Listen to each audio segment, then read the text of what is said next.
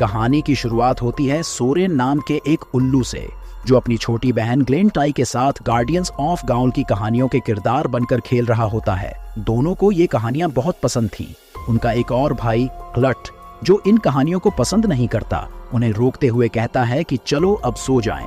तभी उनके डैड आते हैं और उन्हें समझाते हैं कि ये कहानियां सिर्फ कहानियां नहीं हैं, बल्कि उनकी संस्कृति और इतिहास का हिस्सा है। लेकिन क्लट को ये सब बेकार लगता है और वह कहता है कि वह बार बार एक ही कहानी सुन सुनकर थक चुका है। इसके बावजूद सोरेन और ग्लेंटाई गार्डियंस की कहानियों पर पूरा विश्वास करते थे। सोरेन अपनी बहन को यह भी बताता है कि गार्डियंस और पोरवन की लड़ाई में गार्डियंस पिछड़ रहे थे, लेकिन लाज ऑफ कील नाम के एक उल्लू ने शैतानी उल्लुओं के लीडर को मारकर उनकी जीत पक्की कर दी। लोग कहते हैं कि वह शैतानी लीडर अभी भी जिंदा है और अब वह अपनी टूटी हुई चोंच को छुपाने के लिए मेटल का मास्क पहनता है। तभी क्लट सोरेन को कहानी सुनाना बंद करने को कहता है और कहता है कि यह सब बकवास है। अगले दिन सोरेन और क्लट को उनके डैड उड़ने की ट्रेनिंग दे रहे होते हैं। क्लट उड़ने में माहिर है और वह दिखाता है कि वह कितना अच्छा उड़ सकता है, लेकिन उनके डैड उसे सलाह देते हैं कि वह अपने पंखों की आवाज को थोड़ा कम करे ताकि शिकार भाग न जाए। थोड़ी देर तक उड़ने की ट्रेनिंग के बाद उनके डैड और उनकी माँ शिकार पर निकल जाते हैं। घर वापस लौटने पर सोरेन और क्लट अपनी मेड मिसेस पीयू और छोटी बहन ग्लेंटाई के पास आते हैं। सोरेन क्लट को फिर से उड़ने की प्रैक्टिस करने के लिए कहता है। दोनों घोंसले से बाहर आकर उड़ने की कोशिश करते हैं, लेकिन उनका बैलेंस बिगड़ जाता है और वे नीचे गिर जाते हैं। सोरेन और गल्फ को अब डर लगने लगा था, क्योंकि वे उड़ना नहीं जानते थे और अब वे अपने घोंसले तक भी नहीं पहुंच सकते थे। तभी अचानक एक बड़ा सा चूहा उन पर हमला करता है। वो दोनों किसी तरह एक दूसरे को बचाने की कोशिश करते हैं, लेकिन तभी कुछ उल्लू वहां आ जाते हैं।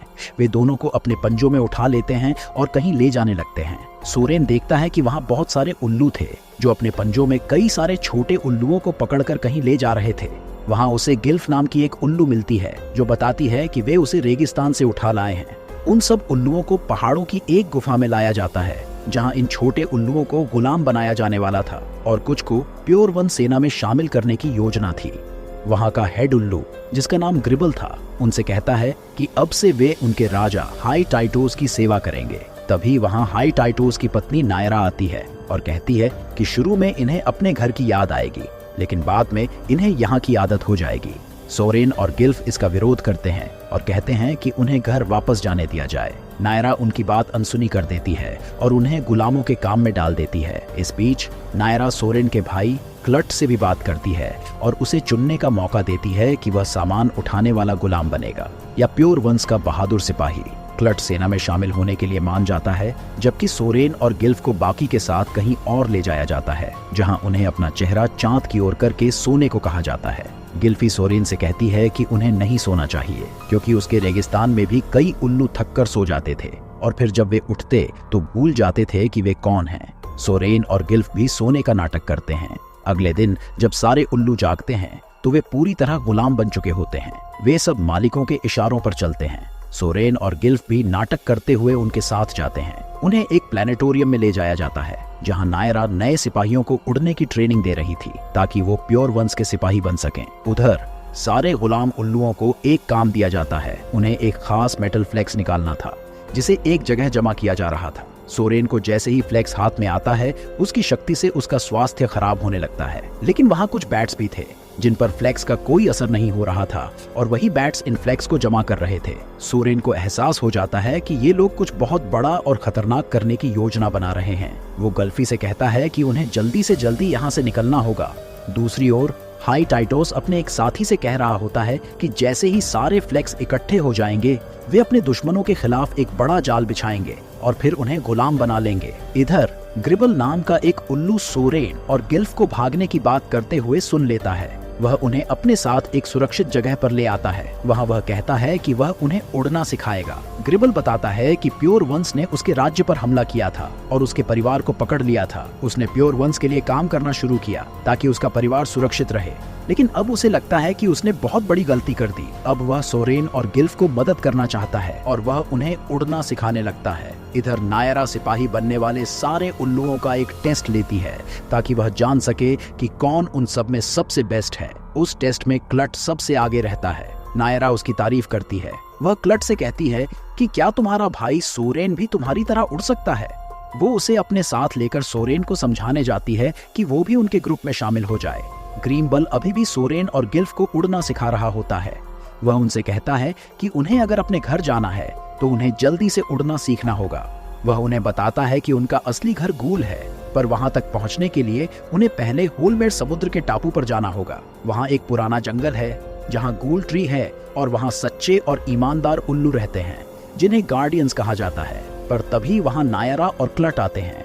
ग्रीम्बल सोरेन से तुरंत वहां से भाग जाने को कहता है। नायरा उसे रोकने के लिए जाती है, पर ग्रीम्बल उसे उन तक पहुंचने से रोकता है। सोरेन और गिल्फ पहाड़ के किनारे तक पहुंच जाते हैं, पर वह वहां से कूदकर उड़ने से डर रहे थे। ग्रीम्बल तब तक नायरा को रोक के रखे हुए था। वह क्लट से भी सोरेन के साथ भाग जाने को कहता है, पर वह उनके साथ जाने से मना कर देता है और तब तक नायरा भी ग्रीम्बल के पंजों से छूट जाती है। सोरेन और गिल्फ वहां से कूदकर उड़ने लगते हैं। नायरा उनका पीछा कर रही होती है, पर अब नायरा उसे मार देती है। वह दोनों एक पहाड़ की छोटी दरार से होकर भाग जाते हैं। सोरेन और गिल्फ अब आजाद हो चुके थे। वह दोनों बहुत खुश थे क्योंकि अब वह उड़ सकते थे। वह दोनों वहां से गूल की तरफ निकल जाते हैं। इधर नायरा क्लट से कह रही होती है कि उसके पास आज भागने का अच्छा मौका था, पर फिर भी वो उनके साथ नहीं गया। वह जरूर प्योर वंश का एक महान सिपाही बनेगा। वह उससे कहती है कि वह उसके सिपाही बनने में उसकी मदद करेगी, पर उसके बदले में वह उसे क्या दे सकता है, क्योंकि उसका भाई तो वहां से भाग गया। क्लट कहता है कि उसकी एक बहन है, वह बहुत बहादुर है, वह जरूर उनकी सेना में शामिल होकर एक महान सिपाही बनेगी। नायरा उसकी बहन को उसके पास लेकर आने को कहती है। सोरेन और गिल्फ उड़ते उड़ते थक चुके थे। उन्हें रास्ते में डिगर नाम का एक उल्लू मिलता है। गिल्फ उससे कहती है कि उन्हें आज रात छिपने के लिए एक जगह चाहिए, क्योंकि वह लोग गूल की तरफ जा रहे हैं। वह उन्हें अपने घोंसले में ले जाता है। तभी वहां उसका दोस्त ट्विलाइट आता है, जिसने खाने के लिए मिसेस पी को पकड़कर लाया होता है। वहां मिसेस पी सोरेन से मिलकर बहुत खुश होती है। वह कहती है कि उसने उन दोनों को हर जगह ढूंढा। सोरेन ट्विलाइट को बताता है कि यह उसकी मेड मिसेस पी है और इसे वह लोग खा नहीं सकते। वह उसे बताता है कि वो लोग गार्डियंस की खोज में जा रहे हैं ताकि वो उन्हें प्योर वंश के प्लान के बारे में बता सके कि कैसे वह लोग उन सबको गुलाम बनाने वाले हैं। ट्विलाइट और डिगर भी उन सबके साथ जाते हैं। मिसेस पी भी उनके साथ होती है। क्लट अपनी बहन ग्लेन को लेकर हाई टाइटोस के पास आ जाता है। वह बहुत डर रही थी। सोरेन और उसके लोग समुद्र के पास तक पहुंच चुके थे। वहां उन्हें किडना नाम का एक उल्लू मिलता है, जो उनसे कहता है कि उसे पहले से ही पता था कि वो लोग आने वाले हैं। वह उन सबको गार्डियंस तक जाने का रास्ता बताता है। उन सितारों का पीछा करने को कहता है जिनका पीछा करते हुए वह गार्डियंस तक पहुंच सकते हैं। वह सब अपने सफर पर निकल जाते हैं और लगातार उस दिशा में उड़ने लगते हैं। कुछ देर बाद वे घने कोहरे में फंस जाते हैं। उन्हें उड़ने में परेशानी हो रही थी और तभी डिगर के पंख जम जाते हैं। वह गिरने लगता है। सोरेन उसे बचाने के लिए उसके पीछे जाता है, पर तभी उसे एक गार्डियन ओल दिखाई देता है जो डिगर को गिरने से बचा लेता है और एक उसे अपने पीछे आने को कहता है। वह उन सबको लेकर गार्डियंस के शहर घुल में आते हैं। सोरेन गार्डियंस किंग को सारी बात बताता है कि कैसे पोरवन सारे उल्लुओं को गुलाम बनाकर अपनी सेना तैयार कर रहा है और वह बहुत जल्द उन पर हमला करने वाले हैं। गार्डियन किंग अपने सिपाही एलिमर को जाकर पता करने को कहता है कि क्या उनकी बात सच है। एलिमर अपने साथ कुछ सिपाही लेकर पोरवन का पता करने निकल जाता है। सोरेन को घुल में आकर बहुत अच्छा लग रहा था, क्योंकि वहाँ के हर उल्लू को उसकी काबिलियत के हिसाब से काम दिया जाता है। वह वहाँ गार्डियन बनने की ट्रेनिंग भी लेता है। इधर हाई टाइटोस अपने सैनिकों को बता रहा होता है कि वे लोग पोरवन हैं और वह सबसे ताकतवर हैं और इस दुनिया में हमेशा ताकतवर ही राज करते हैं।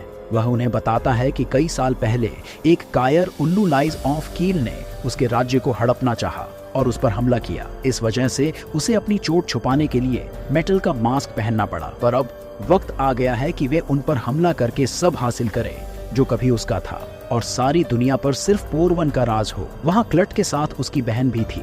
वह उसे कह रही थी कि उसे घर जाना है क्योंकि उसे यह सब ठीक नहीं लग रहा, पर क्लट उसे सुलाकर बाकी उल्लुओं के साथ उनका गुलाम बना देता है। गार्डियंस का एक उल्लू सोरेन को उड़ने का सही अंदाज बताता है। वह उसे हवा को महसूस करने को कहता है और उसके भाव के साथ उड़ने की कोशिश करने को कहता है। सोरेन उसकी बातें समझने लगता है।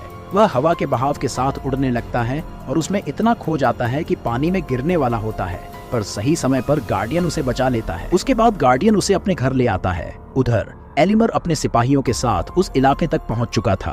वे छुपते हुए कुछ सैनिकों पर हमला करते हैं, पर यह सब उन्हें फंसाने के लिए एक जाल था। वे सब पकड़े जाते हैं। इधर गार्डियन के घर में सोरेन था। वहां उसका साइन देखकर उसे पता चलता है कि वह गार्डियन लाइज ऑफ कील है, जो उसका सबसे फेवरेट गार्डियन था। सोरेन उससे पूछता है कि उसने अपना नाम क्यों छुपा रखा है। तब वह कहता है कि लड़ाई हमेशा तबाही लाती है। उस लड़ाई में उसने बहुत कुछ खो दिया, इसलिए उसने तब से लड़ाई छोड़ दी और एक लेखक बन गया। तभी एलिमर वापस आ जाता है। वह अपने साथ 2 उल्लू भी लेकर आया था। सोरेन जाकर देखता है कि वहाँ उसकी बहन इलेन थी, जो अब पूरी तरह से गुलाम बन चुकी थी। वहाँ के डॉक्टर उसे ठीक करने के लिए अपने साथ ले जाते हैं। एलिमर सबको बताता है कि सोरेन की बात बिल्कुल सही थी। वहाँ बहुत से प्योर पोरवन हमला करने की तैयारी कर रहे थे। गार्डियन सबको लड़ाई के लिए तैयार होने को कहता है क्योंकि वे उन पर हमला करने जाएंगे।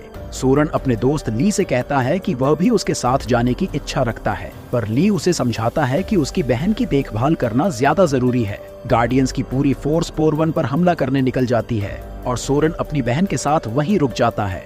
गार्डियंस दुश्मनों पर हमला करते हुए एक एक करके सारे हाई टाइटोस को मारने लगते हैं।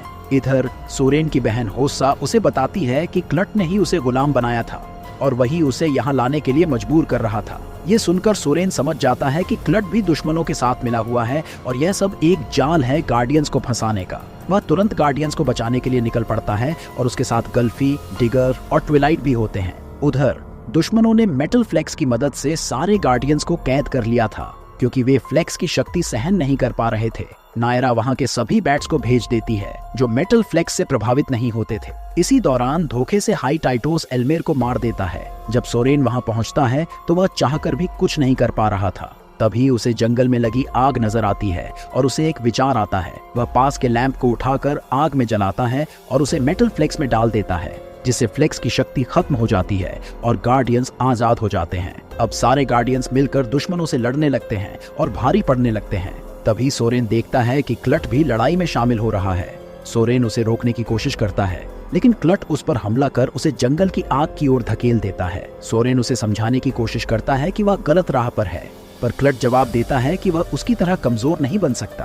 क्लट सोरेन को आग में गिराने की कोशिश करता है, लेकिन खुद ही आग में गिरकर मर जाता है। सोरेन आखिरी वक्त तक उसे बचाने की कोशिश करता है, पर वह नाकाम रहता है।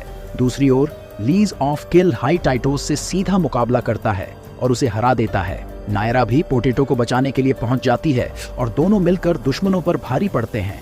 हाई टाइटोस नायरा को मारने ही वाला होता है कि तभी सोरेन जलती हुई लकड़ी लेकर आ जाता है और उसे बचा लेता है। अंत में सोरेन उसी जलती हुई लकड़ी से हाई टाइटोस को मार देता है और इस तरह युद्ध का अंत होता है। ये देखकर नायरा अपने बचे हुए सिपाहियों के साथ युद्ध क्षेत्र से भाग जाती है और एक बार फिर गार्डियंस की जीत होती है। जीत के बाद सभी गार्डियंस घुल में लौट आते हैं, जहां सोरेन के माता पिता भी पहुंच चुके थे। वे सोरेन की बहादुरी पर गर्व महसूस कर रहे थे। सोरेन को भी एक गार्डियन के रूप में स्वीकार किया जाता है, लेकिन कहानी के अंत में सोरेन कहता है कि नायरा युद्ध के खत्म होने के बाद भाग गई और उसके भाई क्लट का कोई सुराग नहीं मिला और यहीं पर कहानी का अंत हो जाता है। अगर आपको यह कहानी पसंद आई हो तो कृपया वीडियो को लाइक करें, चैनल को सब्सक्राइब करें और इसे अपने दोस्तों के साथ जरूर शेयर करें। हम जल्दी ही एक और शानदार कहानी के साथ लौटेंगे। धन्यवाद।